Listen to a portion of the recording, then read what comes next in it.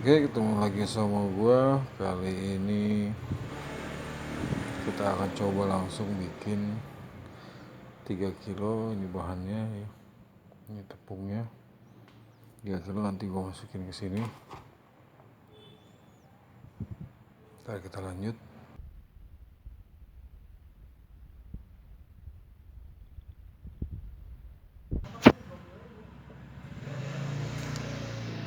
Ini 1 kilo yang kedua.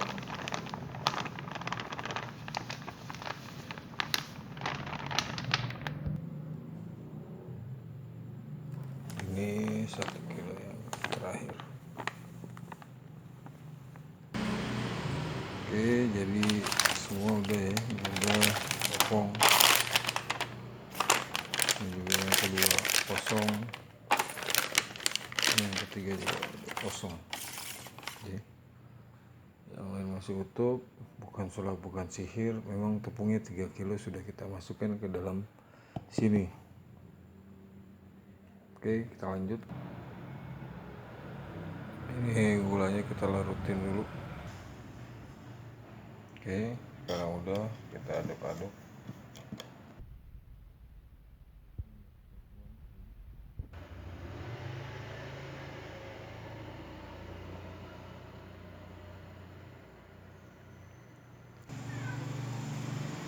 Sekarang kita masukin susu.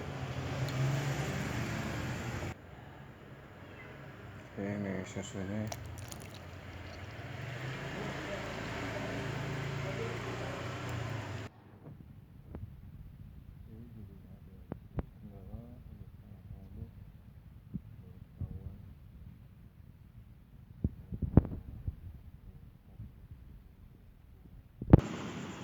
Jadi sekarang kita mesti nyari dulu.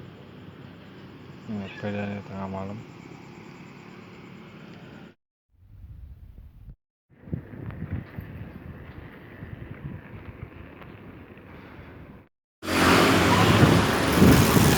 Ya, 2 pagi.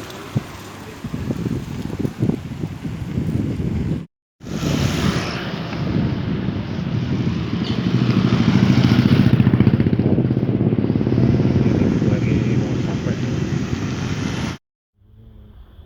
di warung pertama, ternyata nggak ada. Ya, ini kendala-kendalanya. Sekarang kita ke pasar. Sekarang ini arah balik.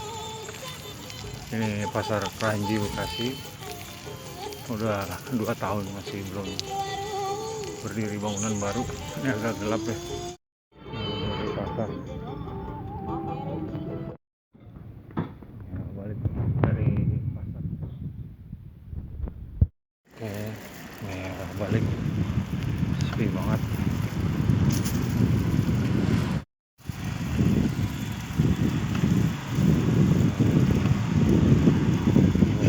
Balik ke rumah. Lanjutin adonan yang tadi. Lagi mau sampai.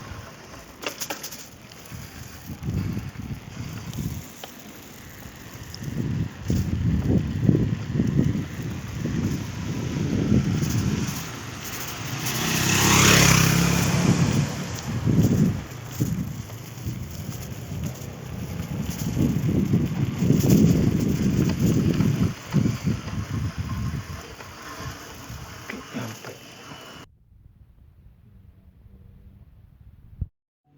Jadi di sini, di titik ini sebenarnya bisa menjelaskan 3 hal. Yang pertama adalah itulah fungsinya jurusan teknik industri, ya khususnya yang fokus di bidang PPIC, Production Planning Inventory Control.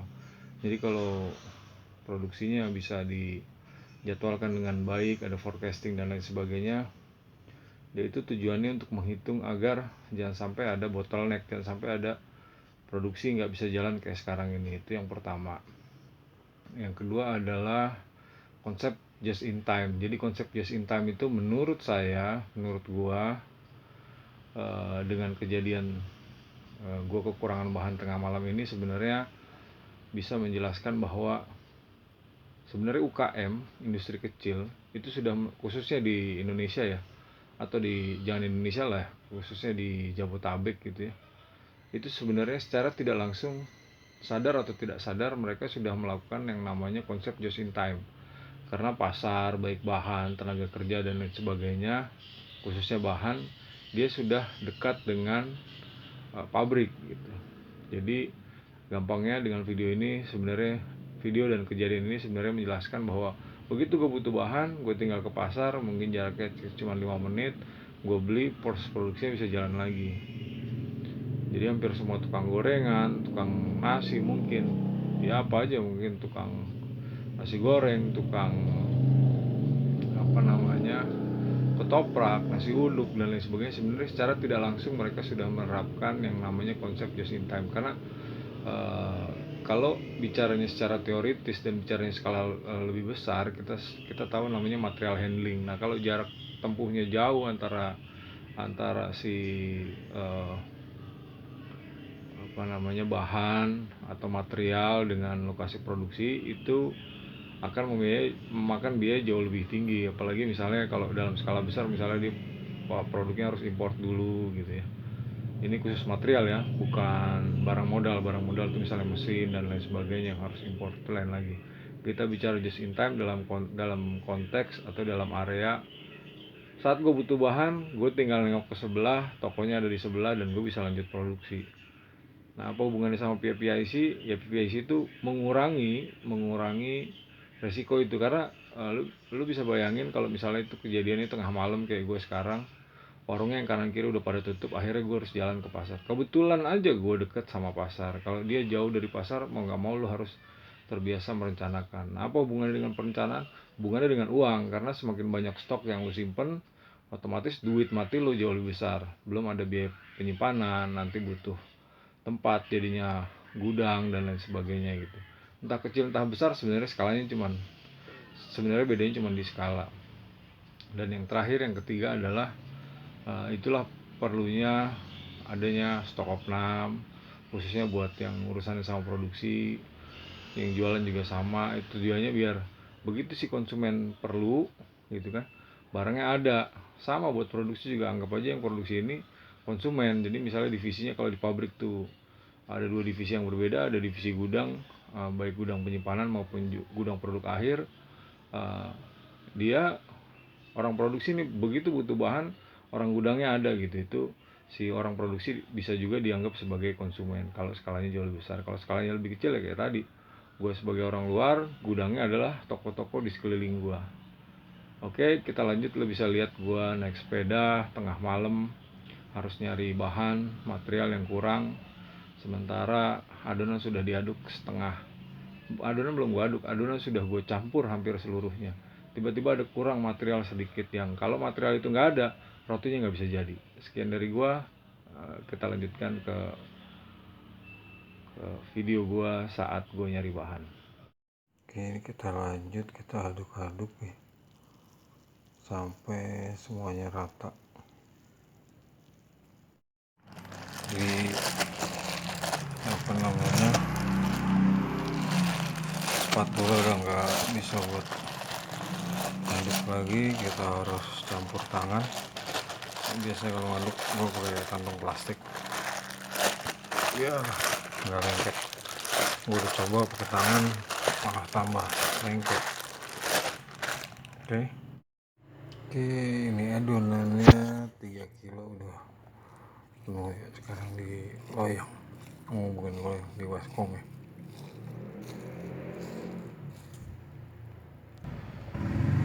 Sekarang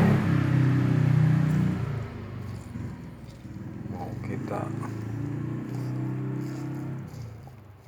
aduk pakai mesin bor. Sebenarnya gini sih juga udah selesai, cuma biar halus dan rata kita aduk dulu. Oke, ini adonan yang tadi kita aduk pakai mesin bor.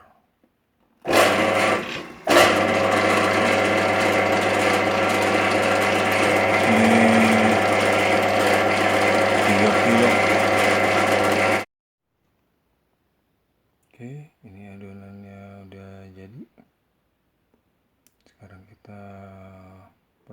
mau masak. Oke, ini adonannya udah jadi. Kita sekarang persiapan mau untuk dimasak. Oke, kita anterin sedekahnya sekarang. Ini persiapan mau jalan. Ini lagi di jalan menuju Yayasan Yatim. Tadi Yatim Piatu, Yayasan Yatim Piatu sudah disalurkan tadi siang.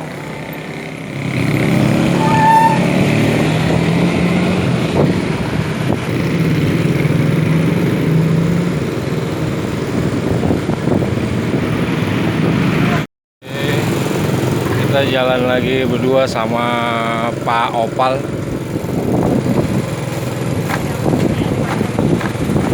Yang mempunyai 2 channel, Jeronimo Action. Hah?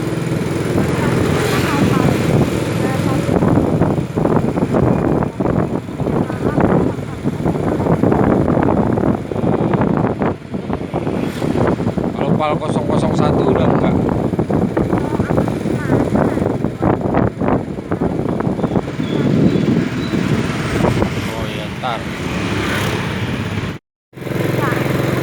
Ini dikit lagi udah mau sampai.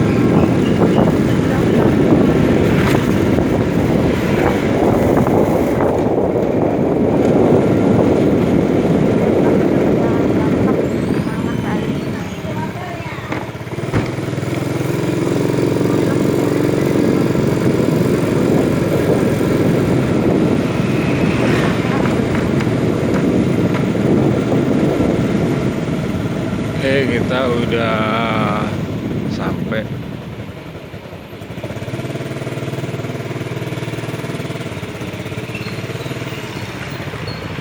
Udah.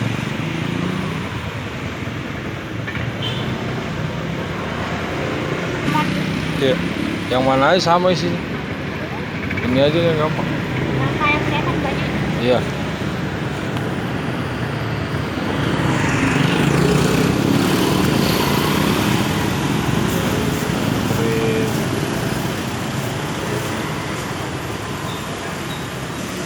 Lanjut ke lokasi yang satu lagi.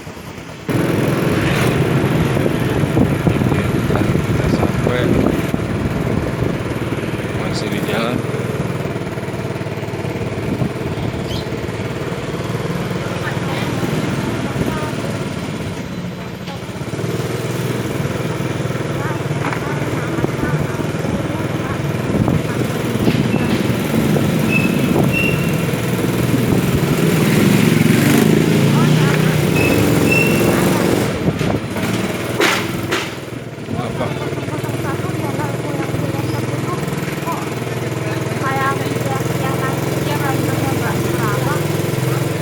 Subscribernya kebanyakan itu. Kebanyakan itu maksudnya? Itu subscribernya udah 11. Yang Jeronimo baru berapa? Jeronimo baru lagi kan? Mendingan satu. Channelku subscribe di HP.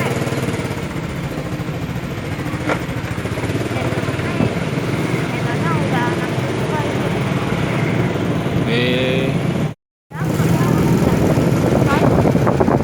Enggak, 1000 subscriber udah dapet duit. Aku bilangnya Ini dikit lagi nyampe.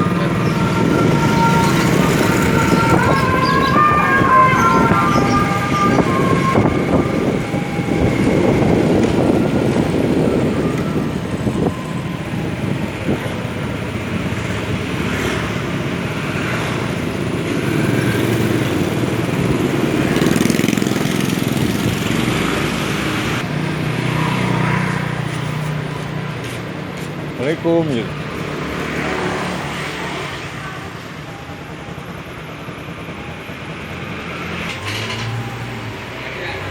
Bos. soalnya kata Iya, kita arah pulang. Mau ke markas. Tinggal satu, nanti yang terakhir dikasihnya ke musola. Masjidnya yang masjid itu Masjid Al-Ikhlas. Masjid Al-Ikhlas. Oke.